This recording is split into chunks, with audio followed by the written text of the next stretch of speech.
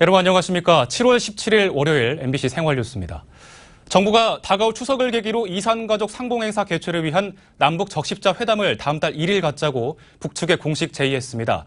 문 대통령의 베를린 구상 후속 조치로 북한이 제안에 호응할지 주목됩니다. 김세진 기자입니다. 정부는 문재인 대통령이 베를린 구상을 통해 제안한 10월 4일 추석 계기 이산가족 상봉 제안에 대한 후속 조치로 다음 달 1일 남북 적십자 회담 개최를 북측에 제의했습니다.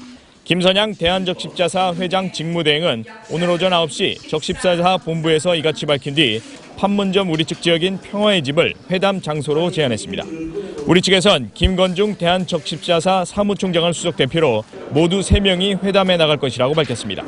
또 북측의 답변은 판문점 남북 적십자 연락사무소를 통해 회신해 줄 것을 요청했습니다. 대한적십자사는 많은 고령의 이산 가족들이 가족 상봉을 고대하고 있고 북측 역시 사정은 마찬가지일 것이라며 이분들이 살아계실 동안 가족을 만날 수 있게 하는 것은 어떤 정치적 고려보다 우선돼야 한다고 강조했습니다. 앞서 문 대통령은 지난 6일 베를린 구상을 통해 14선언 10주년이자 추석이 겹치는 10월 4일을 계기로 이산가족 상봉행사와 성묘 방문을 진행할 것을 북한에 제안한 바 있습니다. 하지만 북한은 이틀 전 노동신문을 통해 미군의 한반도 철수를 거듭 주장하면서 문 대통령의 베를린 구상은 잠꼬대 같은 궤변이라고 비난한 바 있습니다. MBC 뉴스 김세진입니다. 정부가 오는 21일 남북 간 적대 행위 금지를 위한 군사회담을 갖자고 조금 전에 공식 제안했습니다. 자세한 소식 취재기자 연결해서 알아보겠습니다. 구경근 기자 전해주시죠. 네, 국방부는 오늘 오전 9시 남북 군사회담을 개최하자고 북측에 제의했습니다. 서주석 국방부 차관은 오늘 용산 국방부 청사에서 남북이 적대 행위를 중단하기 위해 오는 21일 판문점 북쪽 지역인 통일각에서 남북 군사 당국회담을 갖자고 제안했습니다. 문재인 대통령이 지난 6일 정전협정일인 7월 27일을 계기로 남북이 군사분계선에서 군사적 긴장을 고조시키는 데 적대 행위를 중지하자고 제안한 데 따른 후속 조치입니다. 국방부는 북한에 현재 단절돼 있는 서해주구 군통신선을 복원해 우리 측 제안에 대한 입장을 회신해달라며 긍정적인 호응을 기대한다고 밝혔습니다. 어떤 급의 인사가 회담 대표로 나설지는 북한이 호응해오면 관계 부처 협의를 통해 결정하겠다고 설명했습니다. 북한이 우리 측 제안을 수용할 경우 지난 2015년 12월 차관급 회담 이후 1년 7개월여 만에 남북 당국자 회담이 성사됩니다. 당시에는 이산가족과 금강산 관광 재개 문제로 남북이 파열음을 내면서 어떤 합의도 도출하지 못했습니다. 지금까지 국방부에서 MBC 뉴스 구경근입니다. 어제 충북 청주에 300mm 가까운 기록적인 폭우가 쏟아졌습니다.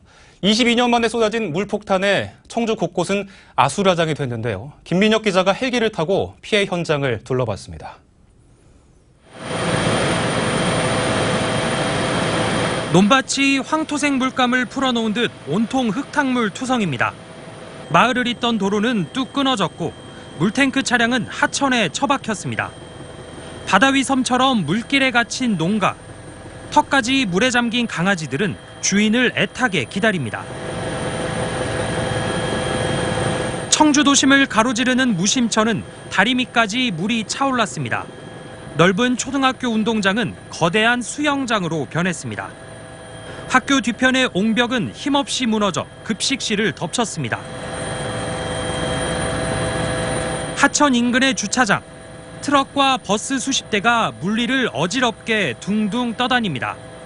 트럭은 옆으로 누웠고 떠내려온 승합차는 다른 차에 부딪히고 나서야 멈춰섭니다. 공장도 물폭탄을 피하진 못했습니다. 주말에도 일터에 나와 합판에 묻은 흙을 닦아내지만 쉽게 지워지지 않습니다.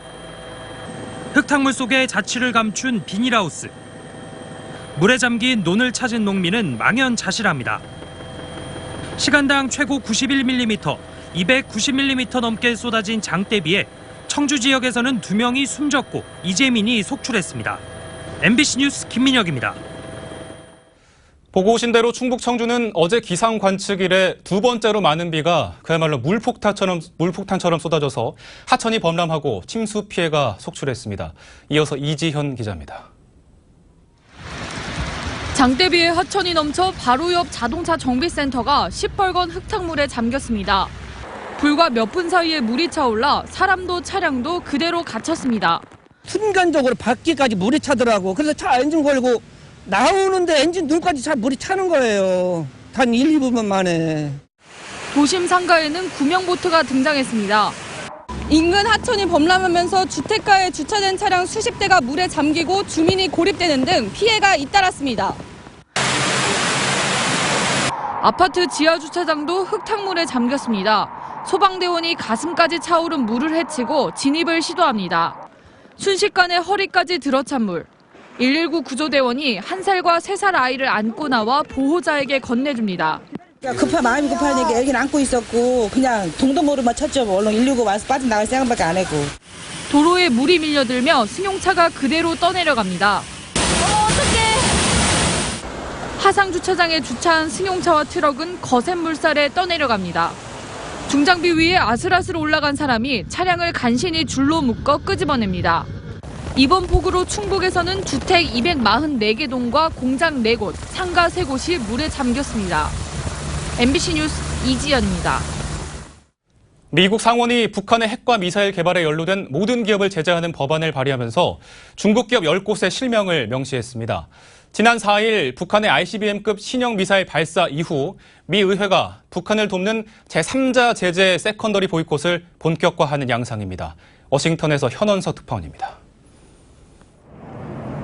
코리 가드너 미국 상원 외교위 동아태 소위원장이 대표 발의한 북한 조력자 책임법은 북한을 돕는 중국 기업 10곳의 실명을 콕 집어 명시했습니다. 단둥 즈청금속과 산둥 루자오 철강 등 북한과 거래가 많은 북중 접경과 중국 해안에 위치한 기업들입니다. 대부분 북한의 주요 수출품인 석탄과 철광석 등을 사들이는 기업들로 알려져 있습니다. 특히 단둥 즈청금속의 경우 작년 한 해 2억 5천만 달러 어치의 북한산 무연탄을 수입했고 르자오 철강은 북한산 석탄과 철광석을 모두 수입해왔습니다. 미국 의회가 북한을 돕는 중국의 상위 기업 10곳을 겨냥한 이유는 북한으로 유입되는 달러를 차단해 핵과 미사일 개발에 쓰이는 돈줄을 끊겠다는 의미로 풀이됩니다. 미 하원은 이와 별도로 북한의 사이버 공격을 방조하는 통신업체들을 정조준한 통신기업 2차 제재안을 통과시키기도 했습니다. 일본 요미우리 신문은 트럼프 행정부가 대북 무역과 관련된 중국 기업에 대한 본격적인 수사에 착수했다고 보도했습니다. 북한의 ICBM급 신형 미사일 도발 이후 미 정치권이 북한과 거래하는 제3국에 대한 제재, 세컨더리 보이콧 시행을 본격화하는 양상입니다. 워싱턴에서 MBC 뉴스 현원섭입니다.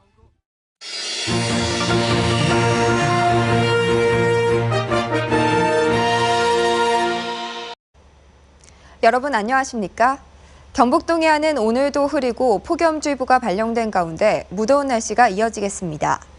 낮 최고 기온은 경주가 34도, 포항과 영덕이 33도, 울진이 30도로 습도도 70% 이상으로 높아 후텁지근한 날씨가 예상됩니다.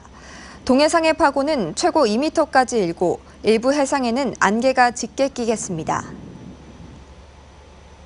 경북 동해안 26개 해수욕장이 모두 개장한 가운데 최근 계속된 무더위를 피해 바다를 찾는 피서객이 점차 늘고 있습니다.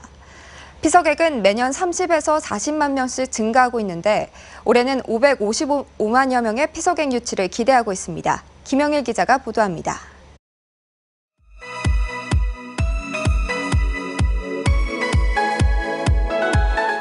피서객을 실은 대형 보트가 시원하게 푸른 물살을 가르고 무더위에 지쳤던 스트레스가 한순간에 사라집니다.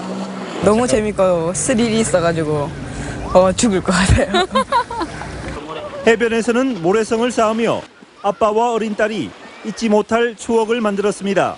날씨가 흐릴 줄 알았는데 그래도 나오니까 시원한 것 같고 바닷가 오니까 좋은 것 같습니다. 며칠째 이어진 습하고 푹푹 찌던 장마철 무더위에 도시를 탈출해 피서지로 제격인 동해안을 찾았습니다. 지금 계속 무더위가 계속되고 있는데 와서 노니까 이제 더위도 좀 사라진 것 같고.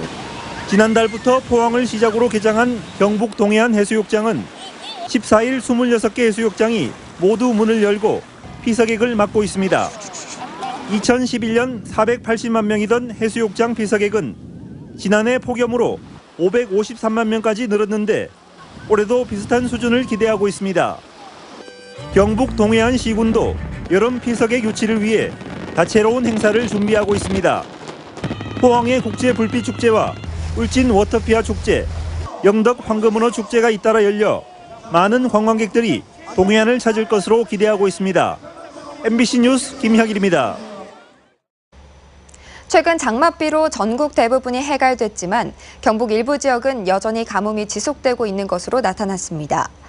국민안전처는 포항의 경우 앞으로 석 달간 농업용수 부족이 이어질 것으로 전망했고 이마댐을 수원으로 하는 안동, 청송, 경주와 영천댐 인근 시구는 다음 달 생활 및 공업용수 공급에 일부 차질이 예상된다고 밝혔습니다. 국민안전처는 안동 이마댐 및 영천댐, 운문댐의 연계 운영을 통해 경북 동남부 8월 가뭄에 대비할 계획이라고 밝혔습니다. 포항시는 3개월 이상 이어진 극심한 가뭄과 고온으로 가로수 고사가 시작되자 가로수에 물 주머니를 다는 등 가로수 가뭄 대책을 마련했습니다. 포항시는 희망대로 느티나무 250그루와 괴동로 입합나무 150그루에 물 주머니를 설치했고 추가로 대상지를 확대할 방침입니다. 네, 이상으로 포항 MBC 뉴스를 마칩니다. 여러분 고맙습니다.